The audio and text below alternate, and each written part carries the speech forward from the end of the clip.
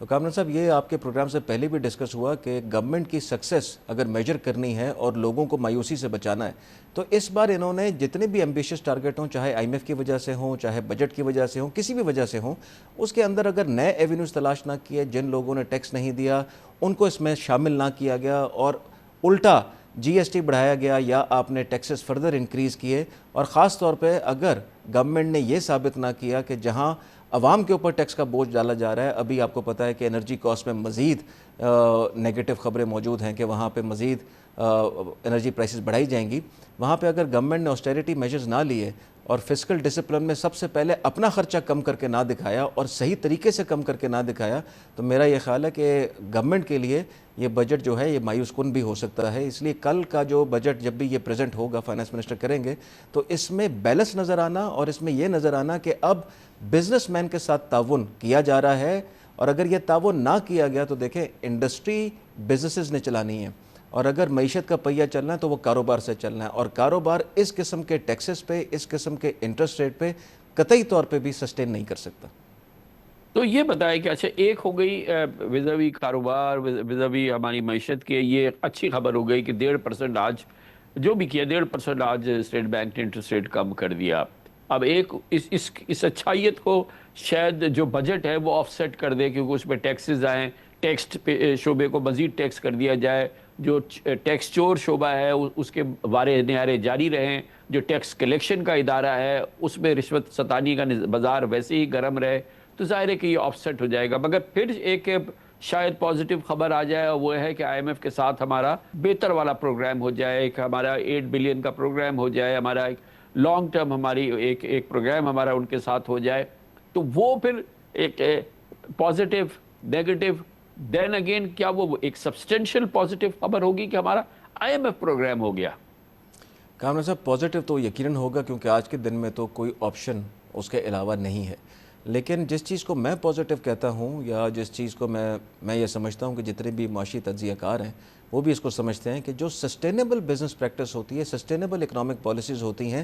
وہی لوگ اپریشیٹ کرتے ہیں۔ سو اگر کوئی ایسا شارٹ ٹرم میجر لیا گیا کہ جس میں چلیں آف سیٹ کر دیا، بجٹ میں خراب نیوز آ گئی اور اس کے بعد آئی ایم ایف کی اچھی آ گئی، تو یہ کوئی سسٹینیبل اکنامک پالیسی نہیں بنے گی۔ اس کو بنانے کے لیے آج سے ہی جو یہ ٹیکس چور لوگ ہیں یا ٹیکس چور آپ کے اس قسم کے بیچ میں ادارے موجود ہیں، یا آپ کے اداروں میں اس قدر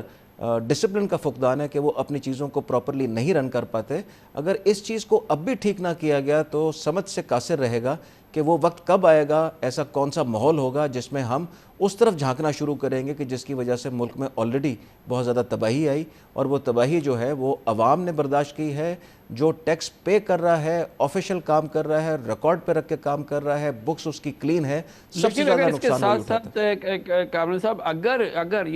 گورنمنٹ کے پاس بڑی اپرچونٹی ہے پاکستان کو بہتر راہ پہ ڈالنے کے لیے، کہ یہ جو ہماری جو انڈاکیومنٹڈ اکانومی ہے، جو ٹیکس چور طبقات ہیں، جو ادارے ہیں، جو شخصیات ہیں، جو ہمارا ٹیکس چور محکمہ ہے ٹیکس جمع کرنے کا، اگر حکومت نے اس کو سدھارنے کے لیے، اس معاملے کو ایڈریس کرنے کے لیے کچھ کام کیا، جو آلریڈی ٹیکسڈ اور بہت ہی ڈاکیومنٹڈ ہماری اکانومی ہے، جو شخصیات ہیں، جو ہمارے ادارے ہیں، ان کو نہیں ٹچ کیا، اور پھر آگے آئی ایم ایف کا پروگرام ہو جائے، تو پھر تو ہم ایک اچھے ٹریک پر آ جائیں گے۔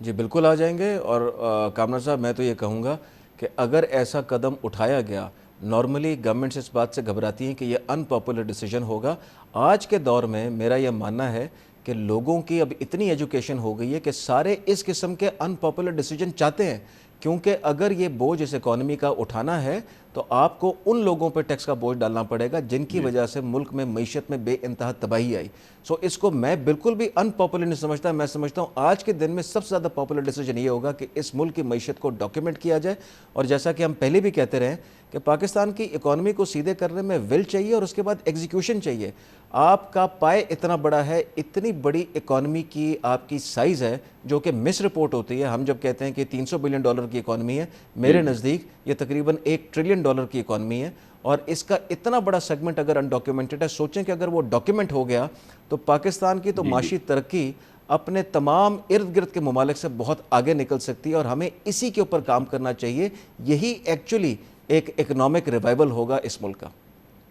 تھینک یو سو مچ۔ کامران ناصر ہمارے ساتھ موجود تھے۔ کمرشل بریک، اس کے بعد بجٹ کی بات کرتے ہیں آنے والے بجٹ میں کتنی گنجائش ہو سکتی ہے اور حکومت کیا کرے تو حالات بہتر ہو سکتے ہیں اور کیا کرے تو پاکستان کے لیے مزید مشکل ہو جائے گی، پاکستان کی معیشت کے لیے، کارپوریٹ سیکٹر کے لیے، پاکستان کے بزنس کا پہیہ آگے بڑھانے کے لیے، نئے جابز کریٹ کرنے کے لیے۔ ڈاکٹر عائشہ غوث پاشا ہمارے ساتھ ہوں گی چھوٹے سے وقفے کے بعد۔